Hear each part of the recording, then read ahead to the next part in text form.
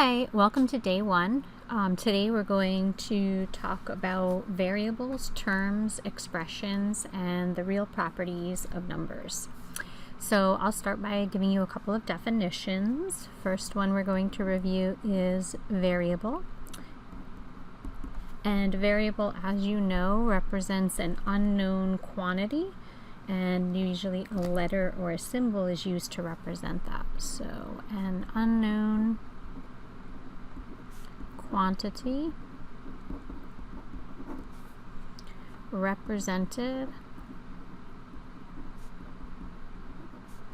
by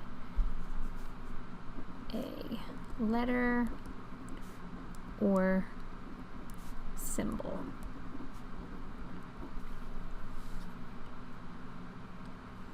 The next definition is term or terms.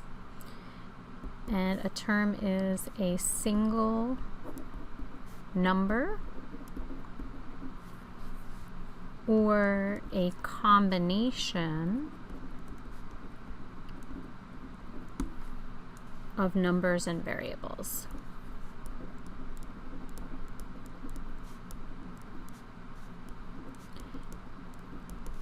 And that combination comes from multiplication. So for example, -4 could be a term.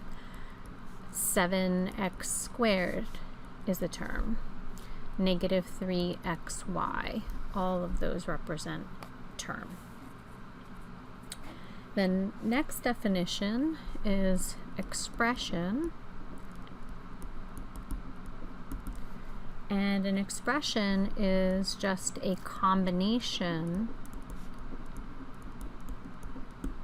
of terms. And we combine them using addition or subtraction. So for example, something like 2x squared plus 3x minus 4. That would be an expression. And the difference between an expression and an equation is simply the addition of an equal sign. That would be the difference between equation and expression. Okay, then the next thing we have to review is like terms. And like terms, as you know, have the same variables raised to the same powers.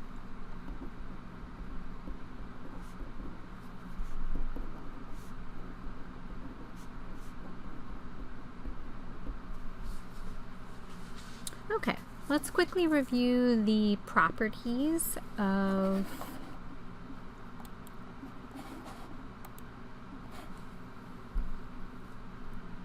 real numbers. And so the property that we want to talk about first is the commutative property. And I'll give those properties for both addition and multiplication. So these are applicable to multiplication and addition. And the commutative property I think of sort of like if you're a commuter. So it doesn't matter if I get on the train in Rhinecliff and get off at Penn Station, or if I get on at Penn Station and get off at Rhinecliff, I'm essentially going the same distance on the same tracks. So commutative property is like A plus B is the same as B plus A. It doesn't matter which order I go in. Or we could talk about it for multiplication, which would be A times B is the same as B times A. Order does not matter for commutative property. Commutative property obviously would not be true for multiplication or division. So it's only true for addition and multiplication.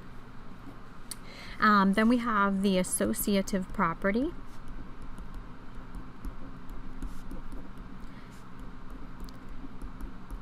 And again, this applies to addition and multiplication.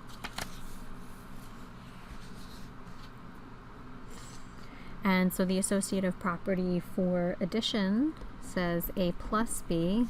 If you do that first and then add C, that would be the same as if you did A plus B plus C.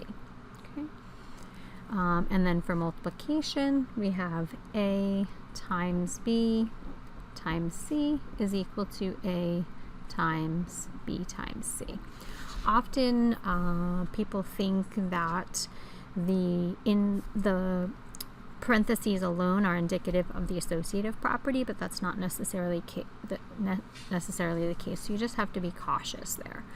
The associative property you can kind of think about like if you're hanging out with your friends at the lunch table and there's 3 of you, and it doesn't matter if you're talking to one of your friends or the other of your friends. So you could be talking to one person and then the other person's kind of hanging and eating, or it could be you hanging and eating and your other 2 friends are talking and you're still all in the same area, the same 3 friends talking. And lastly, of course, we have the distributive property, and this applies to addition and multiplication, or you could also have subtraction involved here. So for example, C multiplied times A plus B is the same as C times A plus C times B. And you could also have A plus B divided by C is equal to A divided by C plus B divided by C. So we could break that apart. And then we could, in fact, add subtraction to either of this. So this would be true if this were subtraction as well. So if you had C times A minus B, that again is the same as C times A minus C times B. Okay, so tomorrow in class we will practice implementing all of these properties, and I'll see you all tomorrow. Thank you.